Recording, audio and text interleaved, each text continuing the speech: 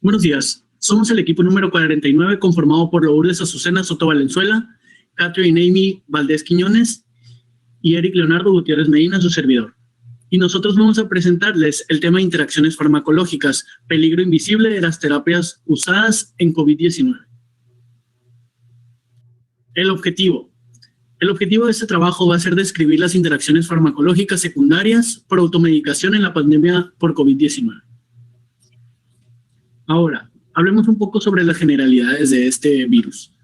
Este es un virus de la especie de SARS-CoV-2 del género beta-coronavirus, el cual se va a presentar con un síndrome respiratorio agudo grave. El genoma de este nuevo coronavirus está formado por una única cadena de ARN positivo. El COVID-19 se va a caracterizar por un cuadro de infección respiratoria dentro de la población de alto riesgo que se encuentra en adultos mayores, pacientes con comorbilidades cardiovasculares, alteraciones metabólicas, enfermedad pulmonar crónica, estados de inmunosupresión y profesionales de la salud. Las situaciones con alto riesgo de transmisión van a incluir las instituciones que impliquen una alta densidad de la población. Ahora, la preocupación de la población, no solo por las dificultades de la respuesta del sistema de salud a la pandemia, sino también por los riesgos personales, tales como las comorbilidades que ya había mencionado, que lo colocan como una población vulnerable, impulsa la automedicación. Los riesgos implícitos, intoxicaciones y efectos adversos, la falta de evidencia científica parece no ser una barrera al momento para tomar esta decisión. La masiva búsqueda de medicamentos, un temor válido ante la enfermedad, generó un desabastecimiento e incremento de los precios. Se viene consumiendo antiinflamatorios, antibióticos y otros fármacos de forma indiscriminada. Hasta la semana 18, del 2 al 8 de mayo del año presente, se han confirmado 22.168 casos en Sonora, 2.385.512 a nivel nacional en México, y se sabe que hasta un 65% de los trabajadores sanitarios han tenido algún problema respecto a su salud mental. Algunos presentaron miedo, insomnio, distrés psicológico, entre otras, como se pueden ver en la gráfica de aquí.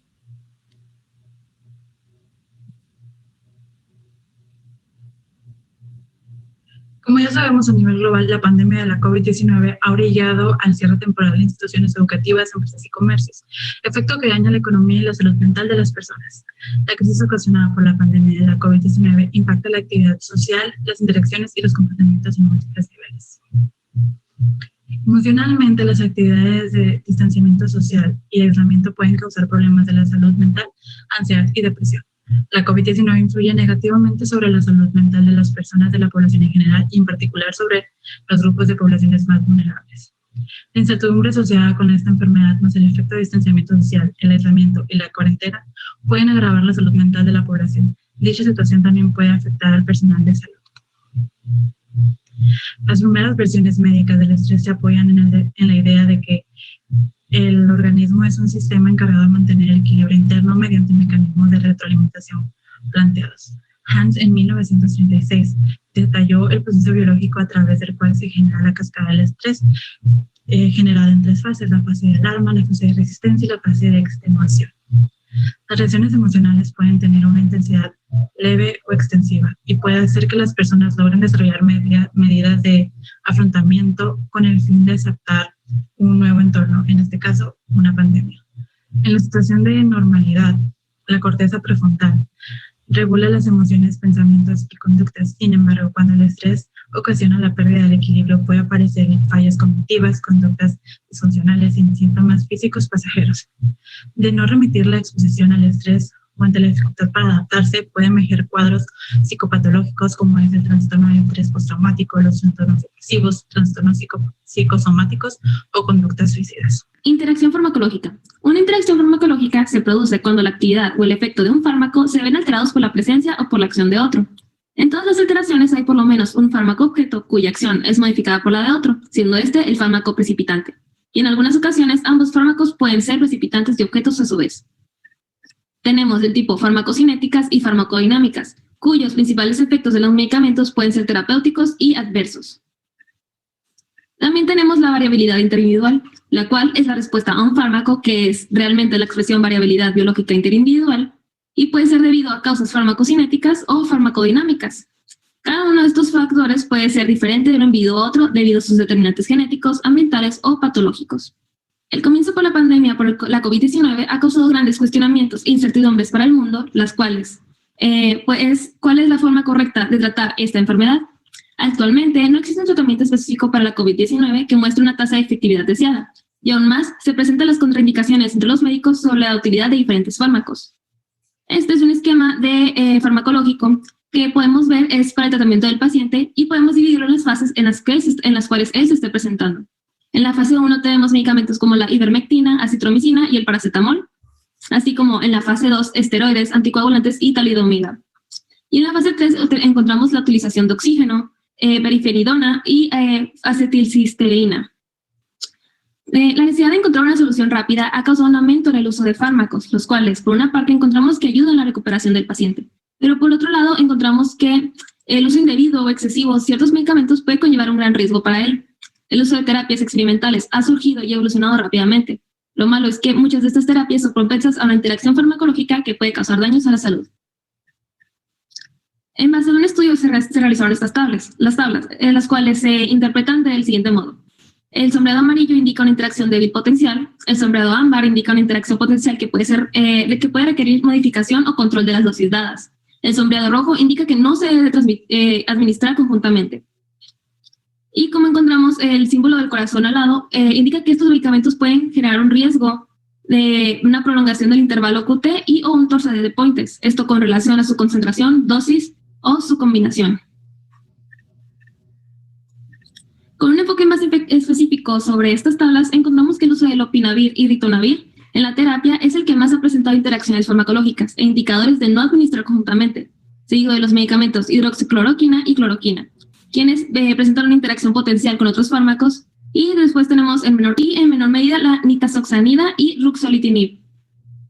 Hay que tomar en cuenta que si bien las interacciones con otros medicamentos causan un riesgo en el paciente, también existe un riesgo por el uso de dosis altas o prolongadas de un solo medicamento. Como tenemos en esta tabla de aquí, fármacos que pueden generar una prolongación del segmento QT. Entre ellos encontramos que el uso de la acitromicina son los fármacos que se presentan en la siguiente tabla, que son fármacos que pueden prolongar el segmento QT. Por otra parte, encontramos que en el caso de la hidroxicloroquina, la cual se ha demostrado que en un corto plazo de tiempo es segura, pero con un plazo prolongado y más la adición de la acitromicina puede generar una insuficiencia cardíaca y mortalidad cardiovascular. Tanto la cloroquina como la hidroxicloroquina interfieren con la repolarización ventricular, lo cual provoca una prolongación del intervalo QT y mayor riesgo de torsadez de Pointes.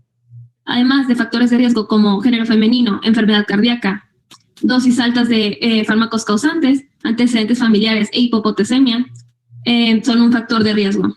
Así que con el fin de evitar estos riesgos es necesario identificar correctamente a los pacientes con este tipo de susceptibilidad, un correcto manejo en cuanto a las dosis terapéuticas y una vigilancia mediante el uso de estas. La COVID-19 repercute negativamente sobre la salud mental de las personas en general y en particular.